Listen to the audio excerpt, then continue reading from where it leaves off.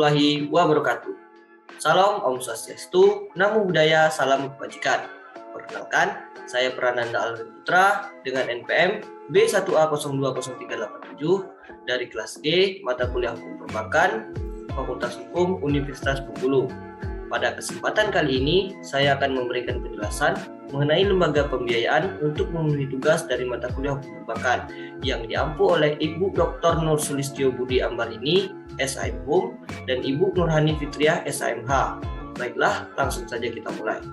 Adapun materi yang akan saya bahas pada kesempatan kali ini yaitu pengertian lembaga pembiayaan, jenis lembaga pembiayaan, fungsi lembaga pembiayaan, contoh lembaga pembiayaan, perbedaan lembaga pembiayaan dan lembaga keuangan, dan yang terakhir yaitu contoh kasus lembaga pembiayaan. Materi yang pertama yaitu pengertian lembaga pembiayaan.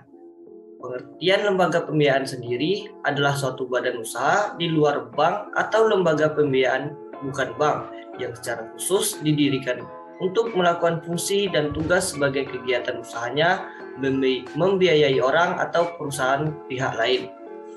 Menurut Keputusan Presiden Nomor 29 Tahun 1988 tentang lembaga pembiayaan terdiri dari dua kata, yaitu lembaga dan pembiayaan.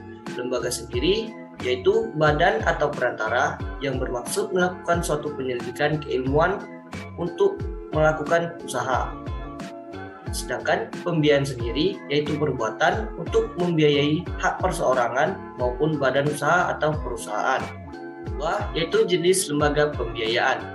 Menurut pasal 21 Peraturan Presiden Nomor 9 Tahun 2009 menentukan bahwa lembaga pembiayaan meliputi yang pertama perusahaan pembiayaan, yang kedua perusahaan modal ventura, yang ketiga perusahaan pembiayaan infrastruktur, dan yang keempat lembaga pembiayaan ekspor Indonesia.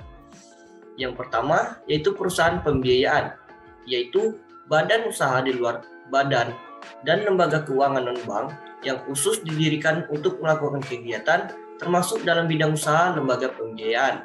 Yang kedua, perusahaan modal ventura adalah badan usaha yang melakukan usaha pembiayaan atau penyertaan modal ke dalam suatu perusahaan yang menerima bantuan pembiayaan untuk jangka waktu tertentu dalam bentuk penyertaan saham, penyertaan melalui pembelian obligasi, konvensi, dan atau pembiayaan berdasarkan pembagian atas hasil usaha.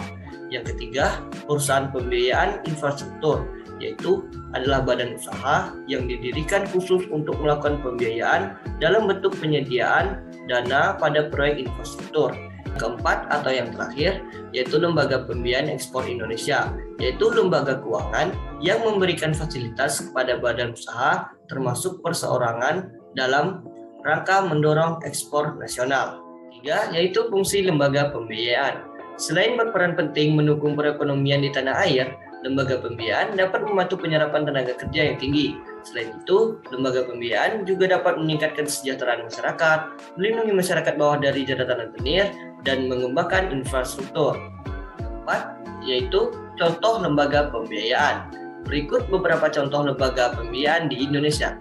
Yang pertama, ada Adira Finance, Bank BCA, Cyber Agent Ventures, dan PT Sarana Multi Infrastruktur atau SMI. Masuki materi yang kelima yaitu perbedaan lembaga pembiayaan dan lembaga keuangan. Pada lembaga pembiayaan, perbedaannya pertama yaitu berfokus pada kegiatan penyediaan dana atau barang modal. Sedangkan pada lembaga keuangan memiliki kegiatan untuk menghimpun dana sekaligus melakukan pembiayaan. Perbedaan yang kedua, pada lembaga pembiayaan dapat secara langsung menghimpun masyarakat. Sedangkan pada lembaga keuangan tidak bisa secara langsung menghimpun dana dari masyarakat.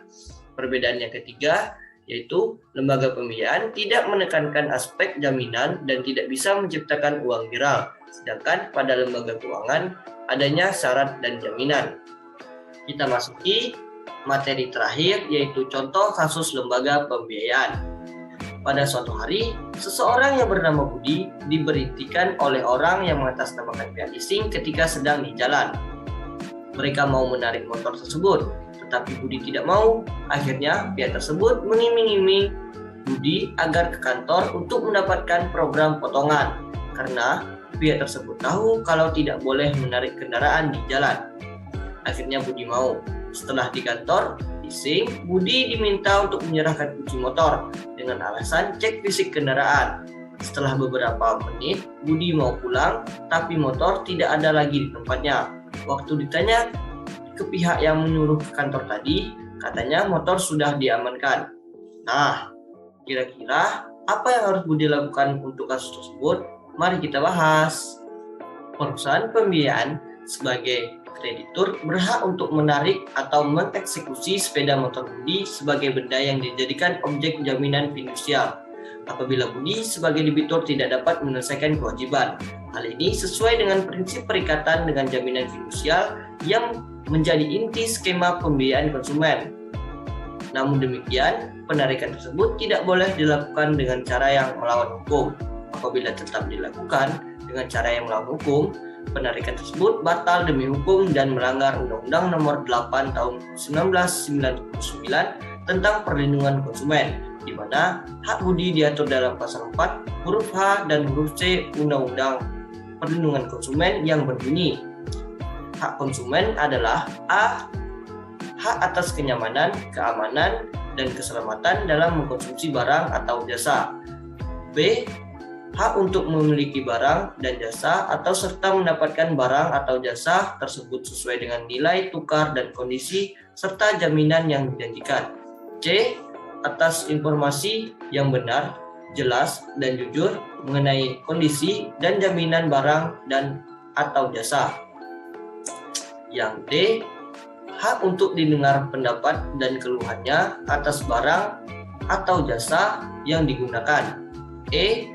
Hak untuk mendapatkan advokasi, perlindungan, dan upaya penyelesaian sengketa perlindungan konsumen secara patut. F. Hak untuk mendapat pembinaan dan pendidikan konsumen. Yang G. Hak untuk diperlakukan atau dilayani secara benar dan jujur serta tidak diskriminatif. Yang H. Untuk mendapatkan kompensasi, ganti rugi, atau penggantian apabila barang atau jasa yang diterima tidak sesuai dengan perjanjian atau tidak sebagaimana mestinya. Yang I. Hak-hak yang diatur dalam ketentuan peraturan perundang-undangan lainnya. Tadi materi mengenai lembaga pembiayaan yang dapat saya sampaikan. Lebih dan kurang saya mohon maaf. Kepada Allah saya mohon ampun. Saya akhiri. Wassalamualaikum warahmatullahi wabarakatuh.